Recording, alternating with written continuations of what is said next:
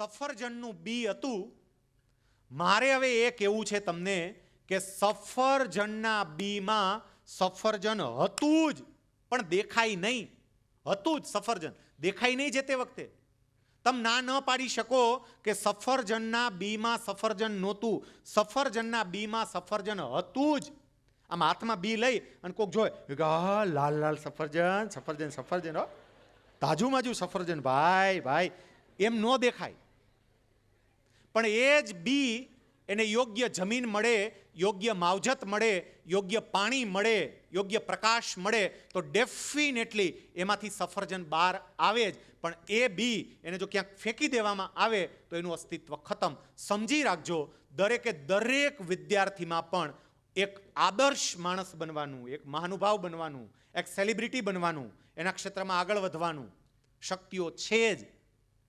પણ એને કેવું વાતાવરણ મળે છે, એને કેવો પ્રેમ મળે છે, એને કેવી માવજત મળે છે, એ બહુ અગત્યનું હોય છે. તો ખરું જ દરેકે દરેક. અને આપણને દેખાતું ન હોય. મેં કીધું આમાં કે સાહેબ તમે આ વાત કરો, બાકી અમારે કેવો ભટકાણો છે તો અમને ખબર હોય ને સાહેબ. આવો ઘરે સાહેબ, તમને ખબર પડે. ફરી કહું છું, બી જોઈને કોઈને ન થાય કે આ સફરજન છે. આ સુનીતાબેન ભણતા હતા, 8મા 9મા 10મા ભણતા હશે, એના કોઈ શિક્ષકોને એમાં ડોક્ટર નહીં દેખાણા હોય, ત્યારે કોઈને નહીં દેખાણા હોય. અમુક એકાદ બે અપવાદરૂપ હોય તો વાત જુદી છે, બાકી ત્યારે ના દેખાણા હોય. બી હતું, પણ જોઈને યોગ્ય માવજત મળી, યોગ્ય જમીન મળી, વિકસવાની તક મળી તો એનામાં રહેલું એ ડોક્ટર તત્વ પ્રગટ થયું. ને એ જ રીતે આગળ બેઠેલી તમામે તમામ વ્યક્તિનું છે. મિત્રો, મારે એ કહેવું છે, આ પહેલા મુદ્દા દ્વારા એનું સમાપન કરું છું. પહેલા મુદ્દાનું આગળ વાત છે પણ બહુ ઝડપથી મૂકી દઈશ. પણ આ પહેલા મુદ્દા દ્વારા મારે એટલું કહેવું છે કે દરેકે દરેક વ્યક્તિમાં મહાપુરુષ મહાનારી બનવાની શક્તિઓ છુપાયેલી છે અને એને બહાર લાવવી હોય તો એક જ કામ કરવાનું છે. જે કામ કરીએ છીએ ત્યાં શક્તિ ફોકસ કરીએ, ડીફોકસ ના થઈ જઈએ અને મા બાપ તરીકે દીકરા દીકરીની સાથે રહીએ, એને પ્રેમ આપતા રહીએ. નેક્સ્ટ, આગળની સ્લાઇડ. નેક્સ્ટ, આ એક છોકરાનું ઉદાહરણ હું ઘણી વખત આપું છું. બહુ ટૂંકમાં મારે કહેવું છે, શક્તિઓ કેવી રીતે બહાર આવે તે. આ છોકરાનો જ્યારે જન્મ થયો ને ત્યારનો આ ફોટો છે, જરા જુઓ. એ છોકરાને નાક નથી, એ છોકરાને હોઠ નથી, અંદર તાળવું નહોતું, એને બે આંખોય નથી, આંખોય જોઈ શકો છો, આંખોય નથી. અને અધૂરામ પૂરું એનું રાઈટ અને લેફ્ટ આ બે બ્રેઇન પણ કામ નથી કરતા. એટલે આ દીકરો જન્મ્યો એ કેવો હોય આમ કલ્પના કરો. એને આંખ નહીં, હોઠ નહીં, નાક નહીં, તાળવું નહીં, મગજ કામ ન કરે. ડોક્ટરોએ એના પરિવારના સભ્યોને એવું કહ્યું હતું કે એમ જે દાદાજી હતા એના કે ભાઈ આમ માફ કરજો કે કાયદો તો મંજૂરી નથી આપતો, પણ આ બાળકના હિત માટે કદાચ શક્ય બને તો બાળકને દયા મૃત્યુ આપી દેવું જોઈએ કે જેથી કરીને એ બિચારું છૂટે, ભગવાન પાસે આપણે પાછું મોકલી દઈએ, બાળકને શાંત કરી દઈએ. પણ એ વખતે આ છોકરાના દાદાએ એવું કહ્યું કે સાહેબ એવું બિલકુલ નથી કરવું, કારણ કે આવડા મોટા બ્રહ્માંડમાં કયા જીવને ક્યાં મોકલવો એ સાહેબ ભગવાને નક્કી કર્યું હોય તો આને મારી ઘરે જ સાહેબ ભગવાને શું કામ મોકલ્યો હશે? ભગવાનને મારા ઉપર, મારા પરિવારના સભ્યો ઉપર વિશ્વાસ હશે સાહેબ કે આને સાચવશે આ લોકો, અને એટલે ભગવાનનો વિશ્વાસ તૂટવા નથી દેવો સાહેબ. આને મોટો કરવો જ, અમારા જેટલો થાય એટલો મોટો કરીશું, જે અમારાથી થઈ શકે બધું કરીશું. આ છોકરો જેમ જેમ મોટો થતો ગયો એના ઉપર ઓપરેશન કર્યા, આ નાકની સર્જરી કરી, હોઠની સર્જરી કરી, તાળવાની સર્જરી કરી, આંખેથી તો જોઈ જ નથી શકતો, પણ એની મમ્મી, એના દાદા, એની દાદી સતત છોકરાની સાથે રહી એને પ્રેરણા આપતા રહે. Next slide. પરિવારનો સાથ, એ છોકરાને પરિવારનો સાથ મળ્યો. આ એ જ છોકરો છે જે મોટો થયો, પરિવારનો સાથ મળ્યો.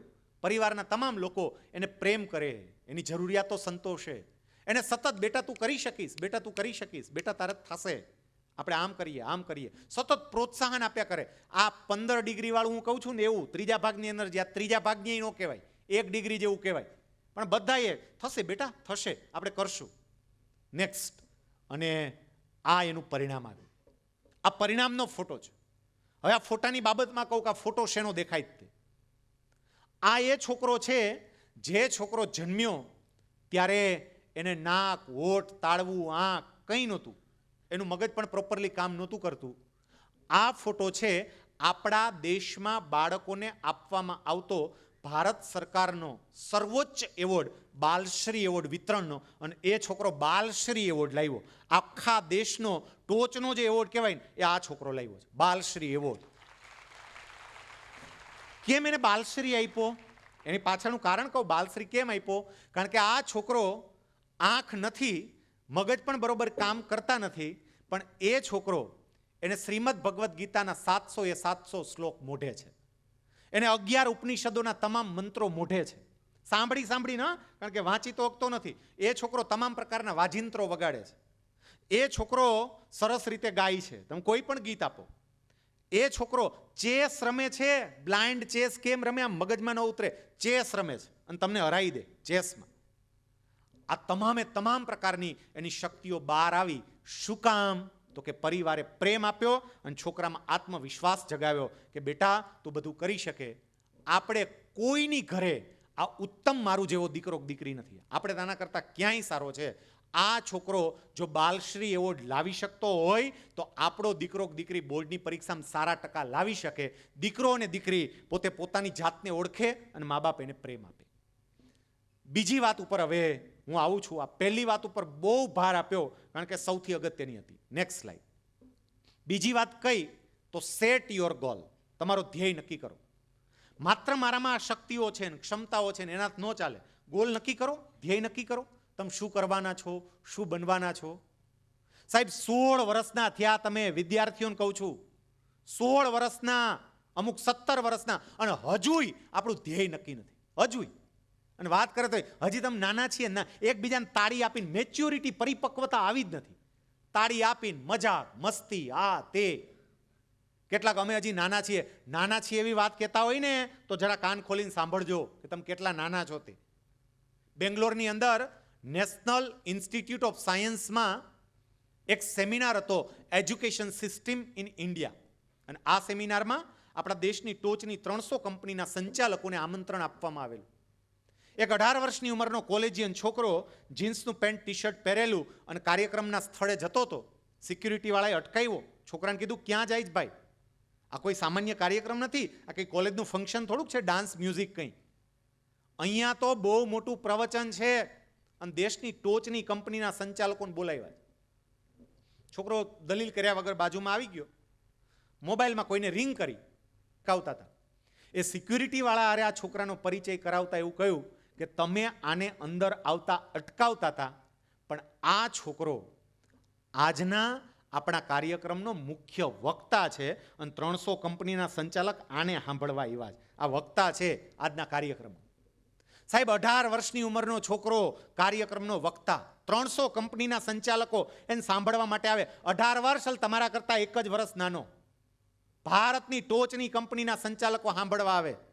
આમાં ઘણા કે સાહેબ ગપ્પા મારો, માપમાં રાખો, માપમાં રાખો, સારું એમ.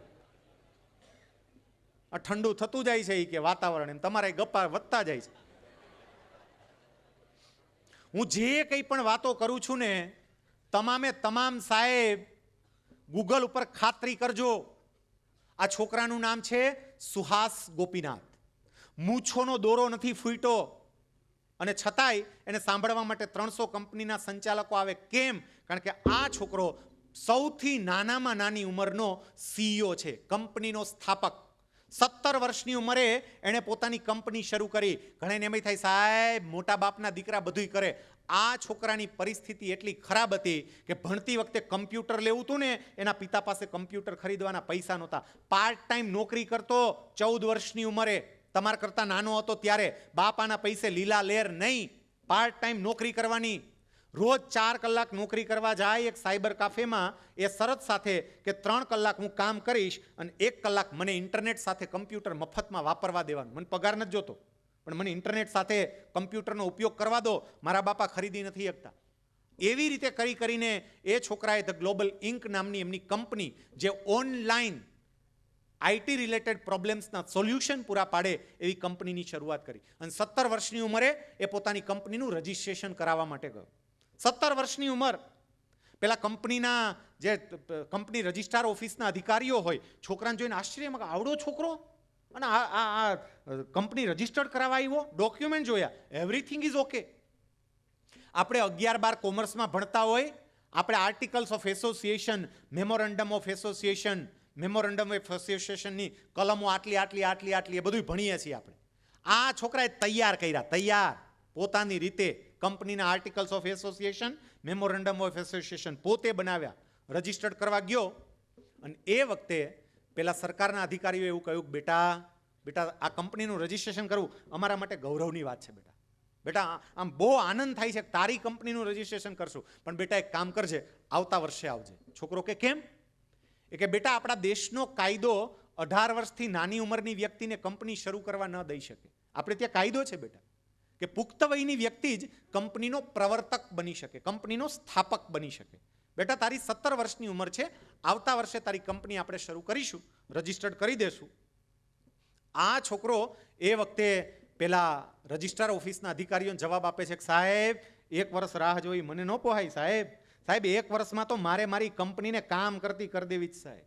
એટલે મને તમે કદાચ નોંધતા હોય ને તો કંઈ વાંધો નહીં, જે દેશમાં મારી કંપની મારી ઉંમર જોયા વગર કંપનીનું રજિસ્ટ્રેશન કરશે ને એ દેશમાં મારી કંપનીનું રજિસ્ટ્રેશન કરાવીશ. એ છોકરાએ અમેરિકા ગયા વગર ઓનલાઈન એની કંપનીનું રજિસ્ટ્રેશન અમેરિકા કરાવ્યું અને સૌથી નાની ઉંમરનો CEO બની ગયો.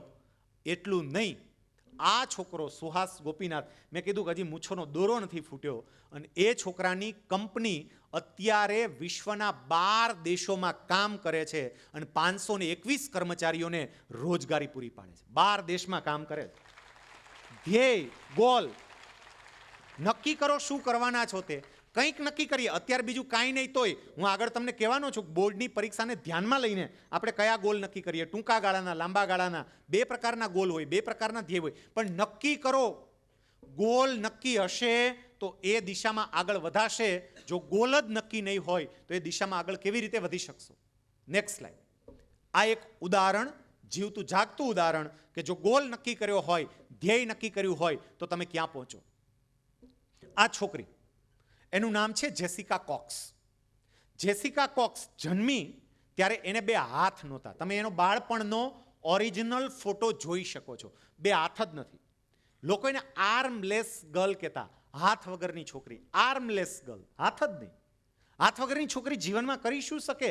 બીજા ઉપર પરાધીન રહેવું પડે અને બીજા ઉપર આધાર રાખી આખું જીવન એને ઓશિયાળું જીવવું પડે. આ છોકરી 5મા ધોરણમાં હતી અને 5મા ધોરણમાં હતી. એના બધા શિક્ષકો પેલા બધા વિદ્યાર્થીઓને બેસાડી અને શિક્ષક એના ગોલ વિશે પૂછતા હતા. તમારું ભાવિ સપનું શું બનવા માંગો છો? જેસિકાનો વારો આવ્યો. જેસિકાને પૂછ્યું, બેટા તાર શું બનવું છે? 2 હાથ નથી એવી છોકરીને એના ટીચર પૂછે છે. છોકરીએ જવાબ આપ્યો, sir I want to be a pilot. મારે પાયલોટ બનવું છે. આ વાત સાંભળીને બાકીના વિદ્યાર્થીઓ હૈસા. એના સાહેબે એવું કહ્યું, બેટા દુનિયા ભલે તારા પર હશે પણ તું ચોક્કસપણે પાયલોટ બનીશ, કારણ કે તારું ધ્યેય નક્કી જ બેટા, અને તારો ગોલ નક્કી છે ને, ડેફિનેટલી બેટા તું ત્યાં પહોંચવાની જ છો. હવે એક કામ કર, ભગવાને તારા હાથ લઈ લીધા ને, તારા પગને તારા હાથ બનાવ. જે માણસ હાથથી કામ કરતો હોય એ બધા જ કામ તું પગથી કરતા શીખી જા બેટા. આ છોકરીએ ચાલુ કર્યું, બધા કામ પગથી કરે. Next slide. એ છોકરી મોટી થઈ, આ એ જ જેસિકા મોટી થઈ ત્યારનો ફોટો છે. બધા કામ પગથી કરે, પગથી લખે અને પગથી લખીને એવા અક્ષર પાડે કે આપણે હાથથી ના પડે. એ હાથ વગર સરસ મજાનું તરી શકે. એ પગની આંગળીઓથી પિયાનો વગાડે. અને એક અઘરું કામ, કોઈને ટેક્સ્ટ મેસેજ કરવો હોય, મોબાઈલ ઉપર કોઈને મેસેજ કરવો હોય તો હાથની આંગળીઓ તો સમજ્યા, સાહેબ પગની આંગળીથી કેવી રીતે થાય? આ છોકરી પગની આંગળીથી ટેક્સ્ટ કરે, મેસેજ કરે, પગની આંગળીઓ દબાવી અને નોર્મલ સ્પીડ સાથે, ધીમે ધીમે નહીં કે એ દબાણો, એમ નહીં, સ્પીડ સાથે. અને એટલું નહીં, આ છોકરીએ 5મા ધોરણમાં ગોલ નક્કી કરેલો કે મારે પાયલોટ બનવું છે. જેસિકા 24 વર્ષની થઈ અને 24 વર્ષે, નેક્સ્ટ સ્લાઇડ, ઇટ્સ અનબિલિવેબલ, દુનિયા એવું કહે છે જેસિકા વિશ્વની એકમાત્ર એવી પાયલોટ છે કે જે પગથી પ્લેન ઉડાડે છે અને અમેરિકન ગવર્મેન્ટે આને પગથી પ્લેન ઉડાડવા માટેનું કાયદેસરનું લાયસન્સ આપ્યું. And today she is working as a professional pilot. આજે પાયલોટ તરીકે કામ કરે. યુટ્યુબ ઉપર જેસિકા પાયલોટ એવું સર્ચ આપજો. આ છોકરી કેવી રીતે પ્લેનમાં દાખલ થાય, કેવી રીતે પગથી પોતાનો સીટ બેલ્ટ બાંધે, કેવી રીતે એક એક યંત્રનું ચલાવવાનું, એનું જે આખું પ્લેનનું ઓપરેશન કરવાનું હોય, કેવી રીતે એને ઓપરેટ કરે. તમે જોજો, બધું પગથી કરે. આખો વિડીયો આપ્યો છે એનો, કેવી રીતે એ ટેક ઓફ કરે, કેવી રીતે પ્લેનને લેન્ડ કરે. સાહેબ, હાથ નથી અને એ છોકરી પણ પ્લેન ઉડાડી શકે. કેમ? તો કે એનો ગોલ નક્કી હતો. આ ખાલી વિદેશમાં જ બને છે એવું નહીં, આ દેશમાં અનેક લોકોએ એના ઉદાહરણો પૂરા પાડ્યા છે. અરુણિમા સિંહા. અરુણિમા સિંહા આમાંથી બેઠેલા કેટલાક વિદ્યાર્થીઓને એનો પાઠ ભણવામાં આવ્યો છે.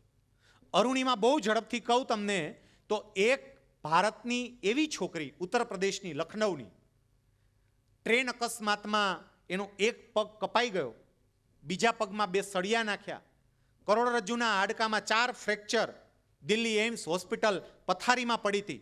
ડોક્ટરોએ કહ્યું આ છોકરી ક્યારેય પગ ઉપર ઊભી નહીં રહી શકે. અરુણિમાની મમ્મી બહુ રડે અને એ વખતે અરુણિમા એની મમ્મીને સાંત્વના આપે છે. મમ્મી શું કામ રડે છે? મમ્મી, ડોક્ટર ભલે ને કે ઊભી નહીં થઈ શકું, મમ્મી થઈશ. મમ્મી, હું અહીંયા સંકલ્પ કરું છું, હું મારા જીવનનો ગોલ નક્કી કરું છું. એને હોસ્પિટલની પથારીમાં સાહેબ ગોલ નક્કી કર્યો છે, પોતાનું ધ્યેય નક્કી કર્યું છે.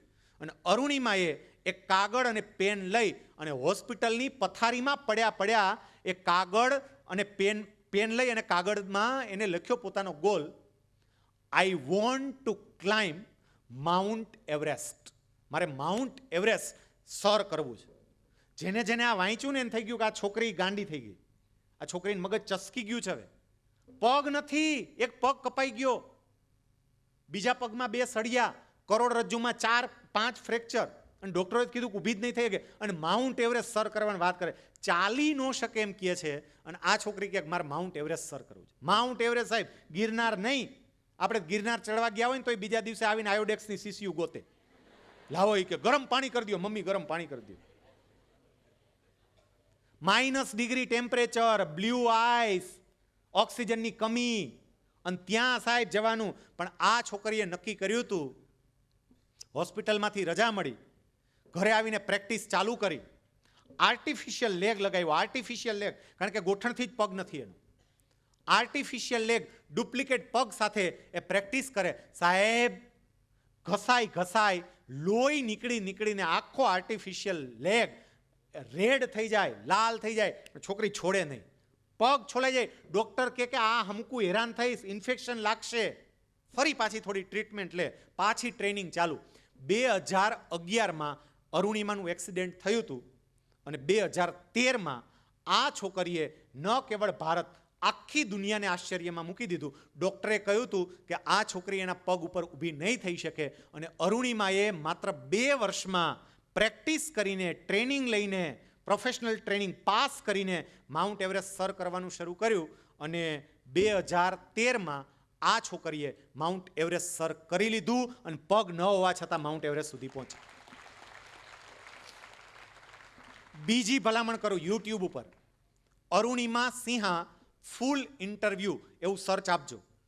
આ છોકરી 20 મિનિટ સુધી પોતાના અનુભવની વાત કરે છે, અને સાહેબ આ 20 મિનિટનો વિડીયો જોજો, તમારું જીવન બદલાઈ જાય. જેને પગ નથી, જેને કરોડરજ્જુમાં 5-5 ફ્રેક્ચર, એ છોકરી માઉન્ટ એવરેસ્ટ સર કરે. અને માઉન્ટ એવરેસ્ટને વિડીયો જોજો પછી ખબર પડશે. માઉન્ટ એવરેસ્ટ સર કર્યા પછી આ છોકરી એવું કહે છે કે આ તો મેં એક પર્વત સર કર્યું, વિશ્વમાં આવા જુદા જુદા 7 પર્વત છે, જેમાં આ એક સર થઈ ગયો, બાકીના હજુ 6 પણ મારે સર કરવા છે. એમાં આફ્રિકાનો કિલીમાંજારો પણ આવી જાય. અને આજની તારીખ સુધીમાં અરુણિમા સિંહાએ 7 શિખરમાંથી વિશ્વના ટોચના જે કહેવાય ને, આમ નામાંકિત જે કહેવાય, જેને સર કરવા બહુ ટફ છે, એવા 6 શિખર તો સર કરી લીધા. આજની તારીખ સુધીમાં 6 શિખર સર કર્યા. આ બતાવે છે ધ્યેય નક્કી કરો. ધ્યેય નક્કી કરતી વખતે તમને તમારી આર્થિક મુશ્કેલી કે તમને તમારી શારીરિક મુશ્કેલી ક્યારેય નહીં નડે. આર્થિક મુશ્કેલી નહીં નડે. મેં અનુભવ્યું છે, મને મારી આર્થિક મુશ્કેલી મારું ધ્યેય સિદ્ધ કરવામાં નથી નડી. શારીરિક મુશ્કેલી પણ ના નડે. આમણે અનુભવ્યું છે, અરુણિમા સિંહાએ આમને અનુભવ્યું છે, જેસિકા કોક્સે, અને એવા કેટલાય છે. મારે કેટલાક ઉદાહરણ આપવા છે કે ધ્યેય નક્કી કર્યું હોય ને તો તમને તમારી શારીરિક કે આ પ્રકારની આર્થિક, માનસિક, સામાજિક કોઈ મુશ્કેલી ક્યારેય ના નડી શકે. Next slide. આ કેટલીક વ્યક્તિ બહુ ગરીબ હતા, પણ જીવનનું એક ધ્યેય નક્કી કર્યું હતું. એને ગરીબાઈ ધ્યેય સુધી પહોંચતા અટકાવી શકી નથી. સ્વામી રામતીર્થ, આમાં એક એક ઉપર વાત કરવા નથી જવું. બહુ આર્થિક પરિસ્થિતિ સ્વામી રામતીર્થની નક્કી, પણ એનો ગોલ હતો મારે બનારસ યુનિવર્સિટીની અંદર પહેલો નંબર લેવો છે, અને એ લાવ્યા છે. અને પહેલો નંબર એટલે કેવી રીતે સાહેબ? પરીક્ષામાં ફેલ થયેલા હતા, લાસ્ટ યર ફેલ થયા, અને પછી ગોલ નક્કી કર્યો કે મારે પહેલો નંબર લાવવો છે, ટ્યુશન વગર લાવવાનો.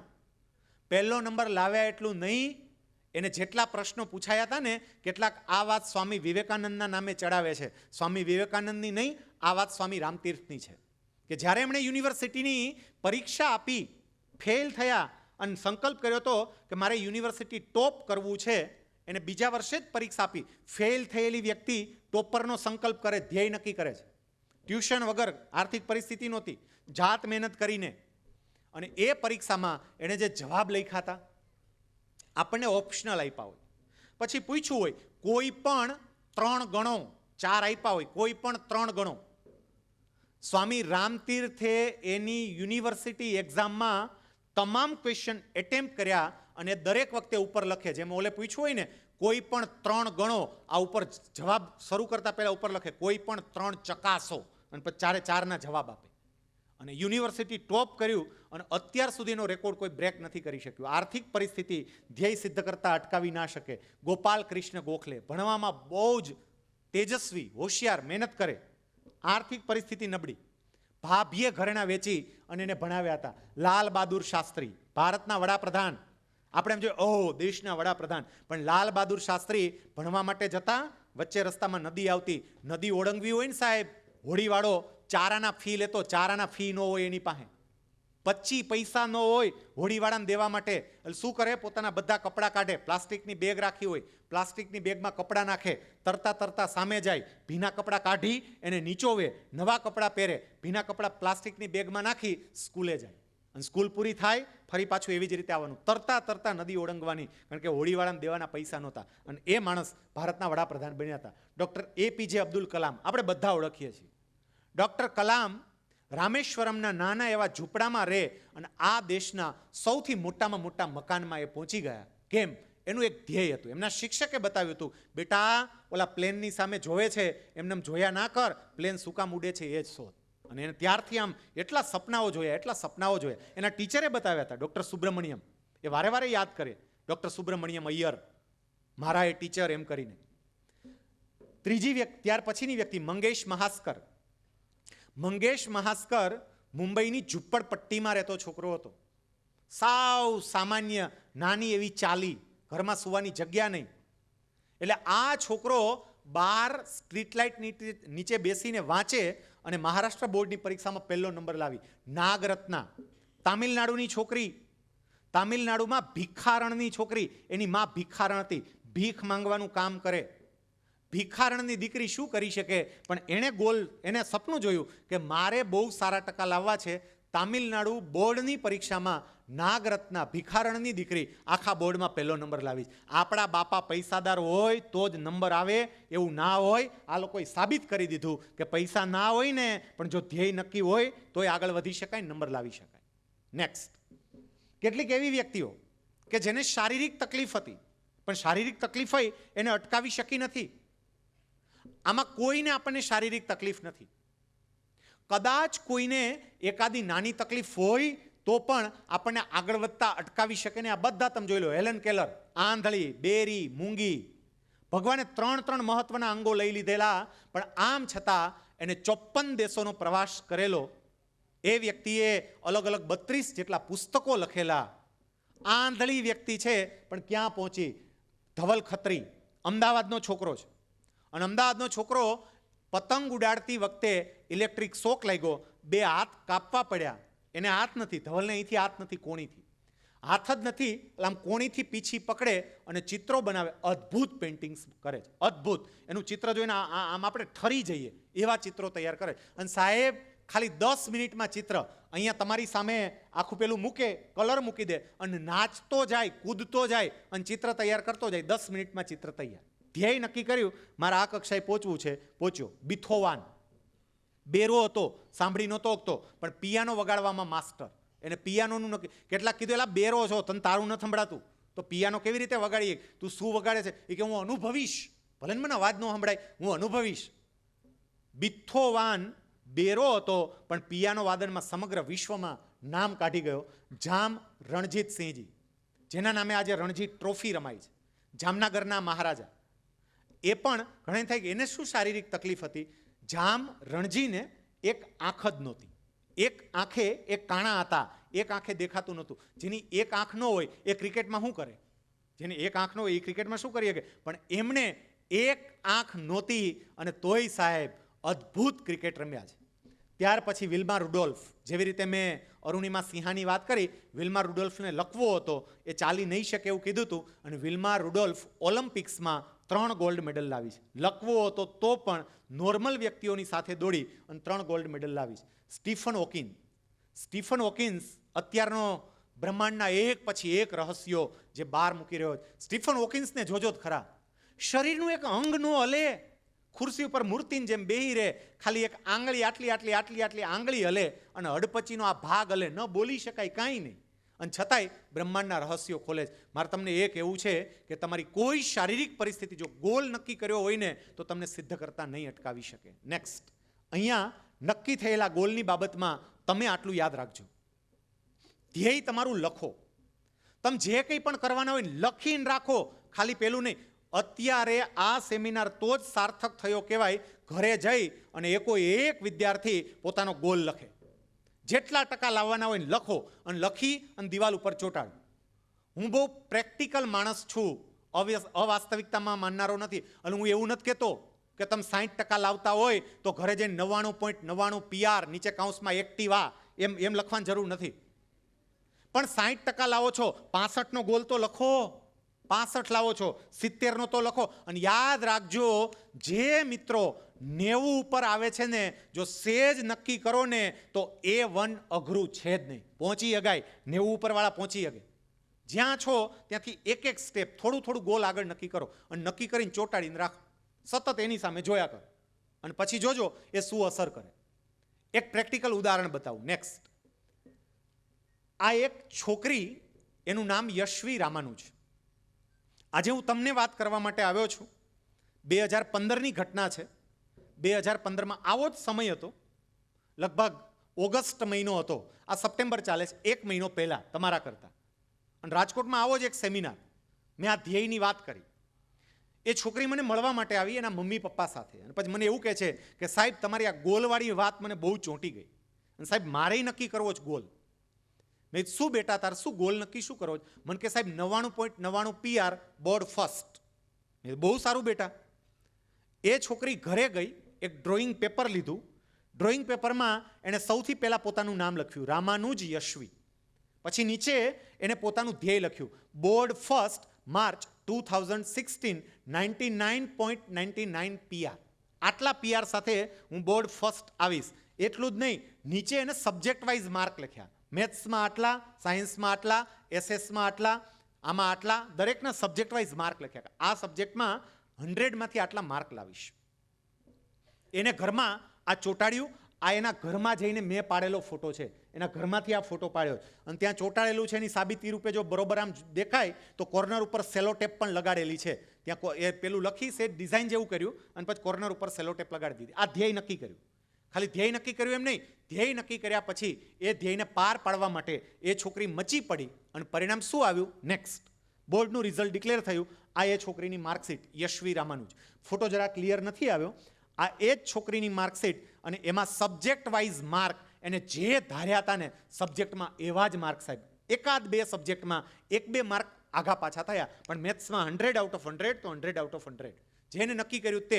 અને સૌથી મહત્વની બાબત, એને 99.99 PR નક્કી કર્યા હતા. નીચે જે 3 કોલમ આપી એમાં પહેલા A1 લખ્યું, વચ્ચે વંચાતું નથી પણ એ લખ્યું છે 99.99 લખ્યું હતું અને એ છોકરીએ લઈને બતાવ્યું. આ તમારા જેવી જ હતી, તમારા જેમ જ કાર્યક્રમમાં બેઠી. સાહેબ તમે તો હજી માત્ર 16 વર્ષના છો. ત્યાં મહારાષ્ટ્રની અંદર એક લેડી, એમનું નામ લતા, એમના હસબન્ડ, એમને રોગ થયો. બધી જ બચત દીકરીઓને પરણાવવામાં જતી રહી હતી. 67 વર્ષની ઉંમરની આ બાઈ, સાંભળજો, 67 વર્ષની ઉંમરની બાઈ, અને એ એમના હસબન્ડને હોસ્પિટલે લઈ ગઈ.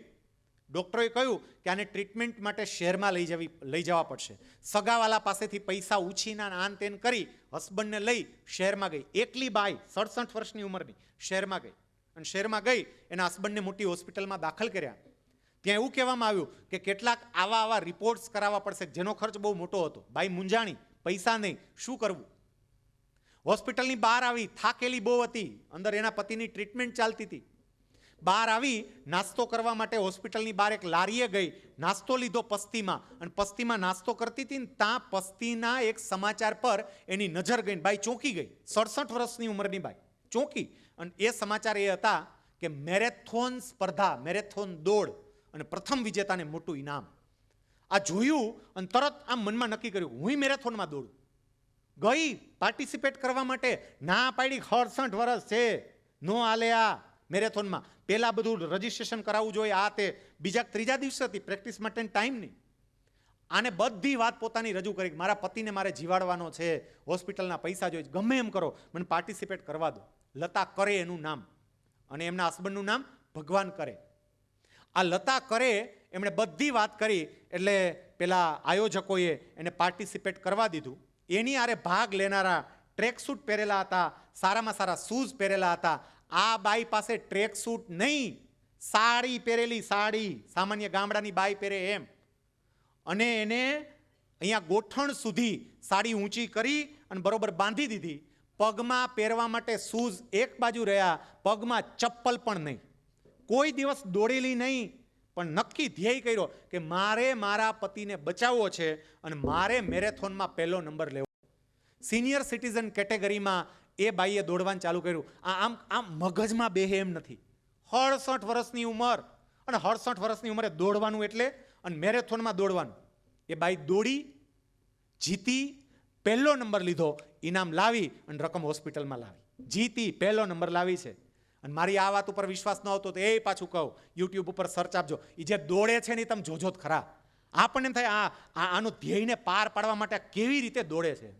પોતાની પૂરી શક્તિઓ લગાડી અને સતત દોડે છે, અને પોતાના ધ્યેયને પાર પાડી. મારે તમને એ કહેવું છે કે તમારું ધ્યેય નક્કી કરો, તમે ચોક્કસ ત્યાં સુધી પહોંચી શકશો. Next slide. માતા પિતાને અહીંયા બહુ ટૂંકમાં કહી દઉં, આ લોકો ધ્યેય નક્કી કરશે, તમારે ખાલી એટલું જ કરવાનું છે, ટકાવારીના આધારે જ એ સફળ ગણાય એવું મનમાં કાઢી નાખજો. ટકાવારી અગત્યની છે, ટકાવારી જ સર્વસ્વ નથી. આ મા બાપ તરીકે વિચારજો. ટકાવારી અગત્યની છે, અગત્યની નથી એમ નહીં, પણ એ જ સર્વસ્વ છે એવું બિલકુલ નથી. એટલે મા બાપ તરીકે ફરી પાછી પહેલી જ વાત આવે છે, એને સાથ અને સહકાર આપજો. બાકીની બે વાત બહુ ઝડપથી આપણે આગળ મૂકીએ, કારણ કે આપણો સમય પૂરો થવા તરફ આગળ વધી રહ્યો છે. નેક્સ્ટ આગળ. ત્રીજી બાબત આવે છે, અને એ આવે છે હાર્ડવર્ક. ખરી શક્તિ જાણવાથી, ધ્યેય નક્કી કરવાથી પૂરું ના થાય. હવે ધ્યેયને સિદ્ધ કરવા માટે જાતને હોમી દેવી પડે. સાહેબ, એક શાયરે બહુ સરસ કહ્યું છે, મિટા દે અપની હસ્તી કો ગર કુછ મર્તબા ચાહે, દાના ખાક મેં મિલકે ગુલે ગુલઝાર હોતા હૈ. કંઈક જોતું હોય તો જાતને હોમી દેવી પડે. સફળતા તો બધાને જોઈએ છે, પણ મહેનત કરવી જ નથી. જલસા કરવા છે, સ્કૂલેથી છૂટ્યા પછી પાર્ટીમાં, બર્થડે પાર્ટી, ફલાણી પાર્ટી, સીધા પાર્ટીમાં મજા કરીએ, લાઈફને એન્જોય કરીએ, મસ્ત રીતે કરીએ. પણ યાદ રાખજો વિદ્યાર્થી મિત્રો, આ તમારો સુવર્ણ કાળ છે તમારી કારકિર્દી ઘડવા માટેનો. અને અત્યારે જો સેજ ચૂક્યા ને સાહેબ, લાઈફ ટાઈમ પસ્તાશો. અત્યારે નહીં સમજાય મારી વાત, 10 વર્ષ પછી ખબર પડશે કે હારું ભૂલ કરી ગયા. આપણને ઉત્તમ તક મળી હતી, પણ તક જતી રહી. અને તક છે એવી, આવી તો આવી, જો પકડી ના શક્યા તો તક ગઈ. અને આ તક છે તમારી પાસે. તમારા મા બાપ તમને સપોર્ટ કરવા માટે તૈયાર છે. મૌની સ્કૂલ જેવી સ્કૂલ તમને મહેનત કરાવવા માટે તૈયાર છે. કેટલું સરસ આયોજન કરાવે, વર્ક પ્લાનિંગ કરાવે, તમામ પ્રકારની સુવિધાઓ આપે. સ્કૂલ પોતાની ડ્યુટી બહુ પ્રામાણિકતાથી બજાવે. માતા પિતા તમારી ફી ભરે. તો આપણી એ જવાબદારી આવે કે આપણે મા બાપને કંઈક સારું પરિણામ આપીએ. અને એ પરિણામ મહેનત વગર નહીં મળે. આપણે બધા કેવા છીએ ખબર, તમારા ને મારા, હું અહીંયામાં આવી જાઉં, તમારા અને મારા આપણા બધાયના લોહીમાં ટૂંકો રસ્તો વણાઈ ગયો. સફળ થવા માટે ટૂંકો રસ્તો કયો? લાંબો રસ્તો મહેનત કરવી જ નથી, ટૂંકા રસ્તે આગળ જવું જ બસ. ટૂંકામાં ટૂંકો રસ્તો લાવો. કેટલાક લોકો અપેક્ષિત પકડીને તૈયારી કરતા હોય, ખાલી અપેક્ષિત લે અને અપેક્ષિત લઈને પાછા સાહેબ પાસે જાય, સાહેબ આમાં આઈએમપી કરી દો ને. હવે એમાંય આઈએમપી કરવું હોય 100 પાનામાંય પાછું, અને સપનું જોવે કે આપણે છે ને ડૉક્ટર તો થવું જ છે. અહીંયા સુરતમાં જ મેં એક બોર્ડ વાંચેલું, લગભગ આ પુલ ઉપર જ ક્યાંક આવતા, ક્યાં મારું પણ વાંચ્યું હતું સુરતમાં, એમને પાકી ખાતરી. બોર્ડ હતું એક સાહેબ, અને બોર્ડમાં એવું લખ્યું હતું 3 મહિનામાં અંગ્રેજી બોલતા શીખો, ઇંગ્લિશ સ્પીકિંગ ક્લાસ. 3 મહિનામાં. અને આપણે એવું જ કરવું, 3 મહિનામાં અંગ્રેજી બોલતા શીખવું. બોલો. અને હું તો એવું માનું છું કે કેટલાક તો એવા હશે કે ન્યા ગયા પછી પૂછે કે 1 મહિનાવાળો કોર્સ છે, તો કલાકવાળો છે, આવને ભાઈ શીખવાડી દે અંગ્રેજી. સાવ ટૂંકા રસ્તે સફળતા જોઈએ છે, ટૂંકા રસ્તે સફળતા ના મળે. એક બાબત સમજી રાખજો, 5 થી 7 વર્ષ થાય, 5 થી 7 વર્ષ જાગી લ્યો, આખી જિંદગી આરામથી સૂઈ શકશો. અને 5 થી 7 વર્ષ સૂતા રહ્યા તો આખી જિંદગીના ઉજાગરાની તૈયારી રાખજો. નક્કી તમારે કરવાનું કે આ 5-7 વર્ષ જાગવું છે કે પછી પાછળથી. નેક્સ્ટ આગળની સ્લાઇડ લઈ લો. આ વાત મારે તમારી સમક્ષ બહુ ઊંડાણપૂર્વક મૂકવી છે. જરા ધ્યાનથી જોજો અને ધ્યાનથી સાંભળજો. તમે બધા લગભગ 1.5 કલાક ઉપર સમય થયો, 1.5 થી પોણા 2 કલાક જેવું થયું, અને તમે બધા એકદમ શાંતિથી સાંભળો છો. આ સ્પષ્ટ કરે છે કે મારી વાત દરેક વિદ્યાર્થી કે દરેક વાલીના હૃદય સુધી પહોંચે છે. વિદ્યાર્થીઓ, આ એક વાત આપણને ઘણું બધું શીખવી જાય. અંગ્રેજીનું નાનું કોટેશન છે, નો ગેઇન વિધાઉટ પેઇન. કંઈ પ્રાપ્ત કરવું હોય તો એના માટે કંઈક આપવું પડે, એમને પ્રાપ્ત ના થાય. એક મંદિરમાં ભગવાનની મૂર્તિને રાત્રે કોઈના રડવાનો અવાજ સંભળાયો. મૂર્તિ બહાર આવી જોવા માટે, રાત્રે કોણ રડે છે? અડધી રાત થયા તો બહાર આવીને જોયું ને તો પગથિયા રડતા હતા, બિચારા હિબકે ચડ્યા હતા મંદિરના પગથિયા. મૂર્તિ ત્યાં ગઈ, પગથિયાને છાના રાખ્યા, પૂછ્યું કેમ રડો છો? પગથિયાએ જવાબ આપ્યો, તમારી યાદ આવી ને એટલે રડવું આવ્યું. મૂર્તિ કે કેમ મારી યાદ આવીને રડવું આવ્યું? પગથિયાએ જવાબ આપ્યો કે તમારી યાદ આવીને રડવું એટલા માટે આપ્યું કે તમે ભૂલી ગયા હશો કદાચ. યાદ છે? આપણે બે એક જ ખાણમાં બાજુમાં હતા. સાંભળજો આ બે વચ્ચેનો સંવાદ. પગથિયા મૂર્તિને કે યાદ છે, આપણે એક જ ખાણમાં બાજુમાં હતા, તમારામાંથી મૂર્તિ બનાવી, અમારામાં પગથિયા બનાવ્યા. અને તમારામાં મૂર્તિ બનાવીને તો લોકો તમને મળવા દૂરથી આવે, તમારા ગળામાં હાર પહેરાવે, તમને જાતના કપડાં પહેરાવે, ભાતના ભોજન જમાડે, અત્તર છાંટે, ફૂલહાર ચડાવે, તમારા પગમાં દંડવત પ્રણામ કરે. અને આ જ બધાય લોકો અમારા ઉપર જૂતા ચપ્પલ પહેરીને ચાલે છે. ક્યાં તમે ને ક્યાં અમે? આ યાદ આવ્યું ને એટલે રડવું આવ્યું.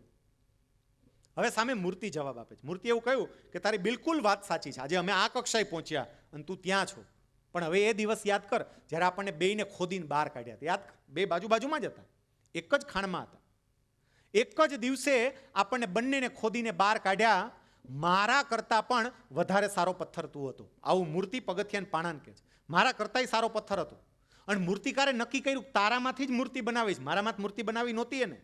બે પથ્થર આપણે સાથે નીકળ્યા હતા. તું સારો હતો, તારામાંથી મૂર્તિ બનાવી હતી. એને હાથમાં છીણી લીધી, હથોડી લીધી અને તારા પર ટચકા મારવાનું ચાલુ કર્યા. અને તે રાડારાડી ચાલુ કરી હતી કે મને વાગે છે, તકલીફ પડે છે, દુખે છે, રેવા દ્યો. પેલા મૂર્તિકારે કીધું કે સહન કરી લે, તારામાં મૂર્તિ બનાવી, તને એવી જગ્યાએ મૂકવી છે કે લોકો તારા પગમાં પડે, તને માન સન્માન આપે, દંડવત કરે, સેલ્યુટ મારે, એવી જગ્યાએ મૂકવું છે. સહન કર. આ સહન કર્યા વગર મૂર્તિ નહીં બનાય. અને એ વખતે તે કહ્યું હતું કે આવું કાંઈ સહન કરવું નથી, મહેરબાની કરી અને આ ટચકા મારવાને રહેવા દો. પછી શિલ્પકારે કાપીને પગથિયાને પાણો બનાવી દીધો. પછી એના હાથમાં છીણી હથોડી લઈ મારા પર મારવાનું ચાલુ કર્યું. મનેય વાગ્યું, મનેય તકલીફ પડી, પણ મેં બધું સહન કરી લીધું. ઉલટાનો હું તો થોડો ખરાબ પથ્થર હતો, એટલે મારે તો વધારે બધું સહન કરવું પડ્યું. મારો કેટલોય ખરાબ ભાગ કાઢવાનો હતો, બહુ ટચકા સહન કર્યા, પણ બધું સહન કરી લીધું. તો આજે હું મંદિરની મૂર્તિ છું અને તું પગથિયાનો પાણો છે. તમે બધા મૌની ઇન્ટરનેશનલ સ્કૂલ રૂપી ખાણના પાણા છો. આ એક ખાણ છે, મૌલી ઇન્ટરનેશનલ સ્કૂલ, અને એના પાણા છો. શક્ય છે કે 10 વર્ષ પછી આમાંથી કોઈ મંદિરની મૂર્તિ બની હશે, અને શક્ય છે કે 10 વર્ષ પછી કોઈ પગથિયાનો પાણોય બન્યો હશે. આપણે ભગવાનને પ્રાર્થના કરીએ, માં સરસ્વતીને પ્રાર્થના કરીએ, મૌની બાબાના ચરણોમાં પ્રાર્થના કરીએ કે એક પણ વ્યક્તિ પગથિયાનો પાણો ના બને, બધા મંદિરની મૂર્તિ બને. પણ મૂર્તિ એમને ના બનાય એના માટે ટચકા સહન કરવા પડે. શિક્ષક તમારા દુશ્મન નથી. તમારી ટેસ્ટ લે, વારે વારે આ તૈયારી કરજો, આ કરજો, ફલાણો પ્રોજેક્ટ લાવો, ઓલું લાવો, ઓલું લાવો, તમને આગળ લઈ જવા છે. મા બાપ બોલે ઘરે, મમ્મી બોલે વાંચવા બેસને, બોર્ડમાં છો, 12મું છે, મહેનત કરને, ને આપણને લાગે કે શું વારે વારે ટક કરે. એ ટક નથી કરતા. એને જે મજૂરી કરી છે, એ જે હેરાન થયા, એ તમને નથી થવા દેવા, અને એટલે તમને આ બધું કહે છે. આ સમજો જરા. સંતાન તરીકે, વિદ્યાર્થી તરીકે ટચકા એટલે મારે છે કારણ કે તમારામાંથી મૂર્તિ બનાવી છે. આ કોઈ તમારા દુશ્મન નથી. અને એ વાત જો સમજાય ને, સાહેબ ક્ષમતા તો આપણામાં છે, પણ સમજી રાખજો કે કંઈક પ્રાપ્ત કરવું હોય તો દુખાવા વગર પ્રાપ્ત ના થાય. અમારી અધિકારીઓની એક ટ્રેનિંગ હતી ભોપાલમાં. માનનીય વડાપ્રધાનશ્રીએ આ ટ્રેનિંગ રાખેલી, અને આખા ભારતમાંથી 66 અધિકારીઓ આવેલા, તમામ રાજ્યોના અધિકારી હતા. એમાં ગુજરાત રાજ્યના પ્રતિનિધિ તરીકે ગુજરાત સરકારે મારી પસંદગી કરી હતી. એ કાર્યક્રમમાં હું ગયો. અમને જે ટ્રેનિંગ આપીને, એ ટ્રેનિંગની એક ઘટના એવી બધા અધિકારીઓના હૃદયમાં ચોંટી ગઈ. એ વાત મારે કહેવી છે. વિદ્યાર્થીઓએ સાંભળજો. અમને બધા અધિકારીઓને ઊભા કર્યા. ઊભા થાવ તો બધા પોતાની જગ્યાએ બધા ઊભા થયા. પછી હવે એક કામ કરો, તો આમ તમારો હાથ સીધો રાખી કોઈની સામે આંગળી ચીંતા હોય ને એમ ઊભા રહો. બધા ઊભા રહ્યા. પછી કે તમારું શરીર ને તમારું ફેસ એ સીધો રાખજો, અને તમારાથી હાથ જેટલો પાછળ જઈ શકે ને એટલો હાથ પાછળ લઈ જાઓ. બધા હાથ પાછળ લઈ ગયા. પછી કે હવે એક કામ કરો ને, અત્યારે તમારો હાથ એની સામે જુઓ, અને તમારી આંગળી છે ને સામે દિવાલમાં, પડદામાં કોઈ જગ્યાએ ટચ થતી હશે, આમ જુઓ જરા. અને જ્યાં ટચ થતી હોય ને ત્યાં મનમાં ને મનમાં એક બિંદુ બનાવો, એક પોઈન્ટ બનાવો. એટલે આમ જોયું અને આમ એક પોઈન્ટ બનાવ્યું દરેકે. જરા જોજો આ પ્રયોગ કેટલો અદ્ભુત હતો. પછી કહ્યું પાછા મૂળ સ્થિતિમાં આવી જાઓ. પાછા એ જ રીતે આમ આંગળી કોઈની સામે ચિંતા હોય એ અવસ્થામાં ઊભા રહો. હવે આંખો બંધ કરો. મનમાં સંકલ્પ કરો, નક્કી કરો કે ગયા વખતે હાથ જેટલે ગયો તો એના કરતાં વધારે આગળ લઈ જવો છે. આટલું નક્કી કરો. અને નક્કી કરી હવે તમારાથી જેટલો હાથ પાછળ જાય એટલો હાથ પાછળ લઈ જાઓ. પણ જેટલો પાછળ જાય એટલો પ્રયત્ન કરજો. દુખાવો થાય તો દુખાવો સહન કરી લેજો. ભલે સેજ ખેંચાવવું પડે, ભલે તકલીફ પડે, પૂરતો પ્રયત્ન કરો. બધાએ પૂરતો પ્રયત્ન કર્યો. પછી હવે આમ જુઓ, તમારી આંગળી આમ સામે ક્યાંય દિવાલમાં કોઈ જગ્યાએ ટચ થતી હશે ત્યાં મનમાં ટપકું કરો. બધાએ ટપકું કર્યું. અમને બધાને એવું થતું હતું કે આ શું એક્સરસાઇઝ કરાવે છે, આવું શું એમ.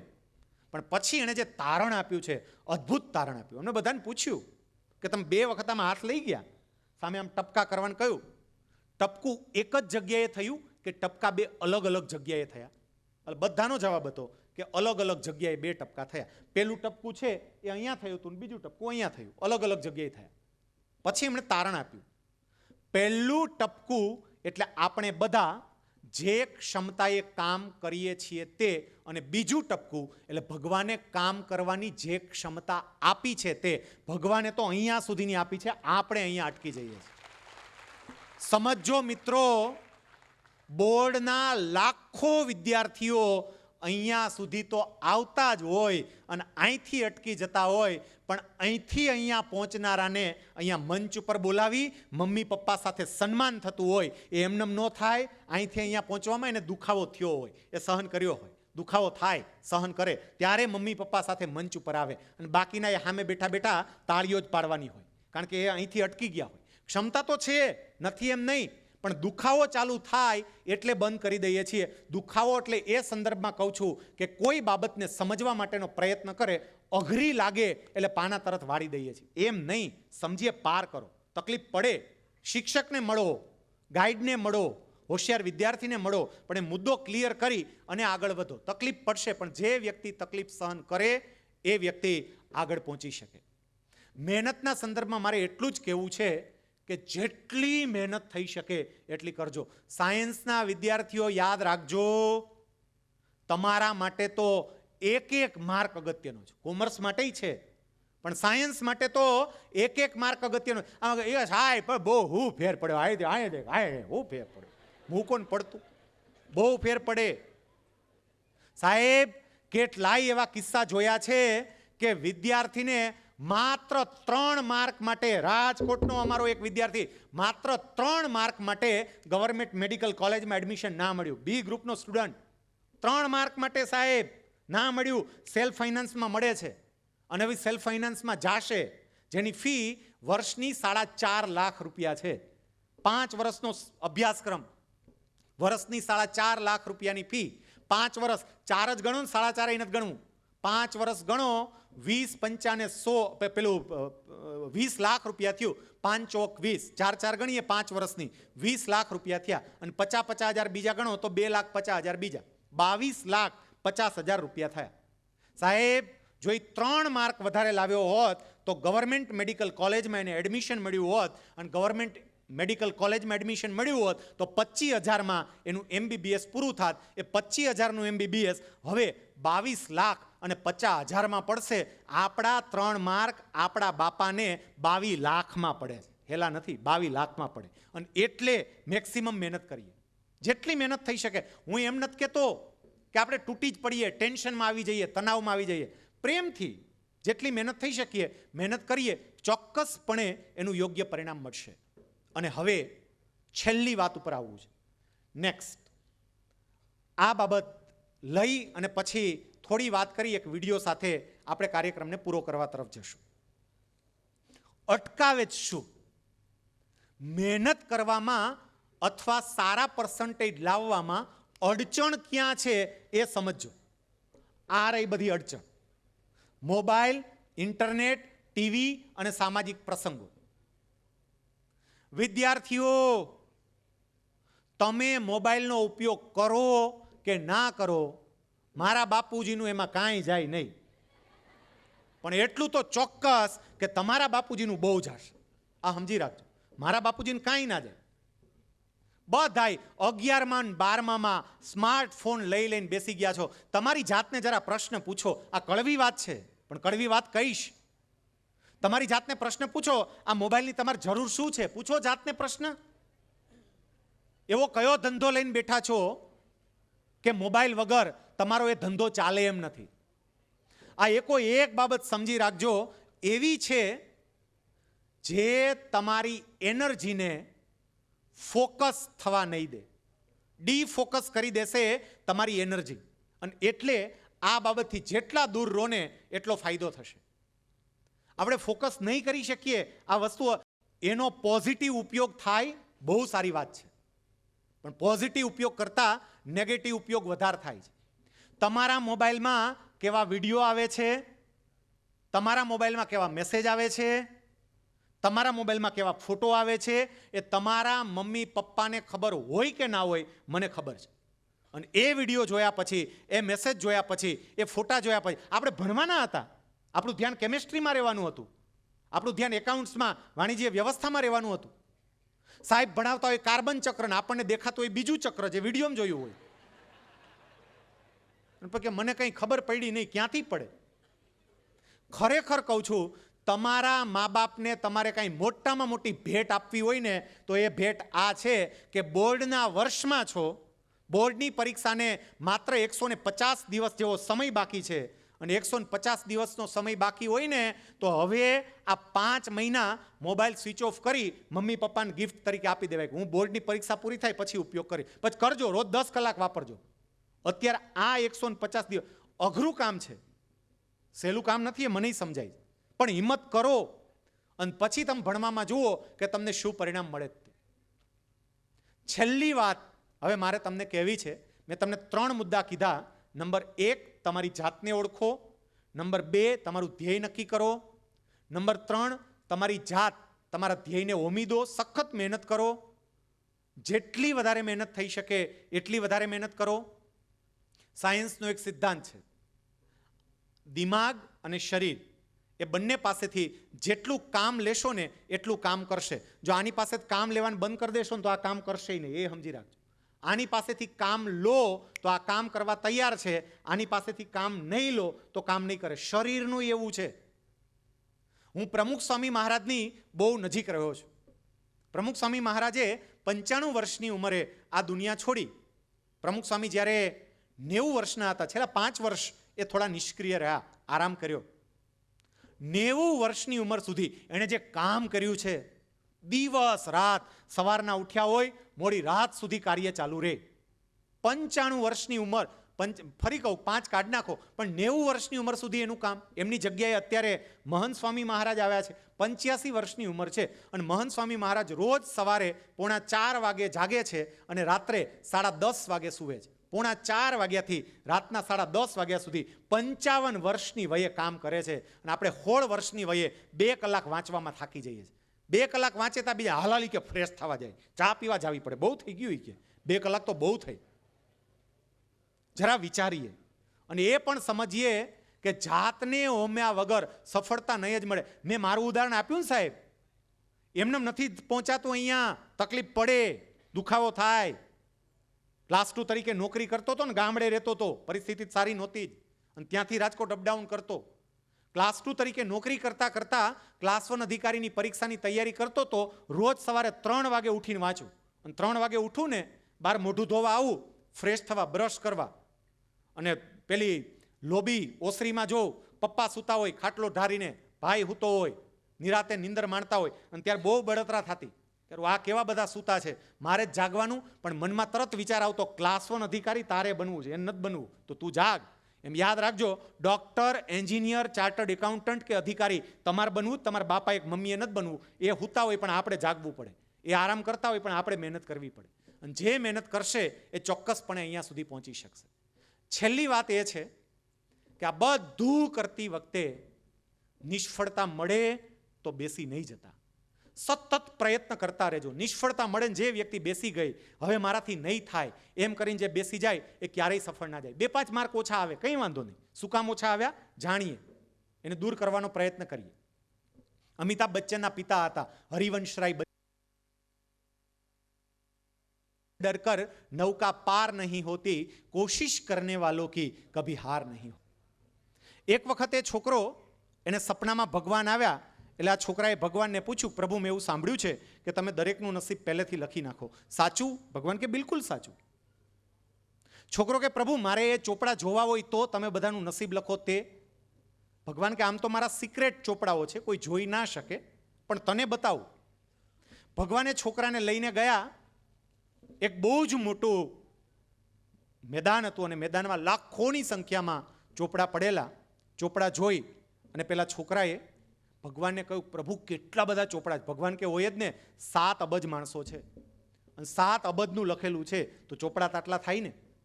છોકરો કે પ્રભુ મને આમાં બીજામાં રસ નથી, મને મારા ગામનો ચોપડો જોઈએ, સુરતનો ચોપડો છે? ભગવાન કે સુરતનો એક નહીં, સુરતના 1000 છે. વિસ્તાર બોલ, કયો વિસ્તાર? એ કે પ્રભુ ઉત્તરાયણનો છે, ઉત્તરાયણ વિસ્તારનો છે ને. ચોપડો કાઢ્યો, પોતાના વિસ્તારનું નામ જોયું, પાનું ઉથલાવ્યું, પહેલા જ પના ઉપર પડોશીનું નામ આવ્યું. છોકરાને નસીબ પોતાનું જોવું હતું, પણ પડોશીનું નામ વાંચીને તો ચહેરા પર આનંદ આવી ગયો.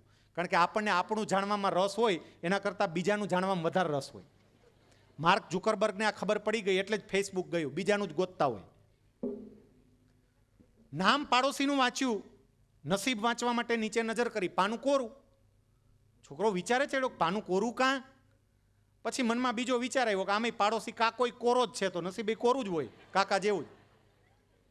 બીજું પાનું, ત્રીજું પાનું, દરેક પાના ઉપર નામ લખેલું, પાનું કોરું. ખાલી ઉત્તરાયણનો નહીં, સુરતના બીજા વિસ્તારના, ગુજરાતના બીજા શહેરોના, ભારતના બીજા રાજ્યોના અને બીજા દેશના ચોપડા પર પણ નજર નાખી, પણ દરેકમાં નામ લખેલું, પાનું કોરું. પછી છોકરાએ ભગવાનને કીધું, પ્રભુ ઉલ્લુ શું કામ બનાવો છો? ખોટું શું કામ બોલો? ભગવાન ઉઠીને ખોટું બોલો છો, એમ કાંઈક તો શરમ રાખો. ભગવાન કે શું ખોટું બોલ્યો? એ કે તમે કહો છો કે બધાને નસીબ લખું છું, લખ્યું જ કંઈ છે નહીં. ભગવાન કે લખું જ છું, પણ ન વાંચી શકાય એવી શાહીથી એક જ શબ્દમાં નસીબ લખું છું. પેલો છોકરો કે પ્રભુ લખો છો શું, એ તો કહો. અને પછી ભગવાને કહ્યું કે કોઈ પણ બાળકનો જન્મ થાય એટલે જન્મના 6ઠ્ઠા દિવસે હું એની ઘરે જાઉં, બાળકને આશીર્વાદ આપું. એમનું નામ લખેલું હોય, ન વાંચી શકાય એવી શાહીથી એક જ શબ્દમાં એનું નસીબ લખું, અને એ શબ્દ છે તથાસ્તુ, તારી ઈચ્છા પ્રમાણે. હું તથાસ્તુ લખી અને આખું પાનું કોરું છોડી દઉં છું. જેણે પોતાનું નસીબ જેવું લખવું હોય એવું લખવાની છૂટ. હું તો આશીર્વાદ આપી દઉં છું કે તું જેવું ઈચ્છીશ એવું તને મળશે. તું ઈચ્છા કર, એને પ્રાપ્ત કરવા માટેના પ્રયત્ન કર. પ્રાપ્ત ન થાય તો પ્રયત્ન પડતા મૂક્યા વગર સતત મહેનત કરતો રહે. ચોક્કસપણે તને મળશે, પણ પહેલાં તો ઈચ્છા કર, કારણ કે જેવી તારી ઈચ્છા હશે એવું તને મળશે. મિત્રો, ભગવાને પણ આપણને જન્મના 6ઠ્ઠા દિવસે આશીર્વાદ આપી દીધા છે. તારી ઈચ્છા પ્રમાણે હવે ઈચ્છા આપણે કરવાની છે. નક્કી આપણે કરવાનું છે કે આપણે શું જોઈએ છે તે. આજે માં સરસ્વતીના ચરણોમાં અહીંયા પ્રાર્થના કરીએ કે તમે બધા તમારા સપનાઓ સાકાર કરો અને એ માટે તમારી જાતને ઓળખી શકો, તમારું ધ્યેય નક્કી કરી શકો, ધ્યેયને પ્રાપ્ત કરવા માટે તમારી જાત સમર્પિત કરી શકો અને ધ્યેય પ્રાપ્તિમાં કોઈ વિઘ્નો આવે તો વિઘ્નોને પાર ઉતરીને પણ તમે તમારા ધ્યેય સુધી પહોંચી શકો એવી પ્રભુને પ્રાર્થના અને તમને શુભેચ્છા. વંદે માતરમ. ભારત માતા કી જય.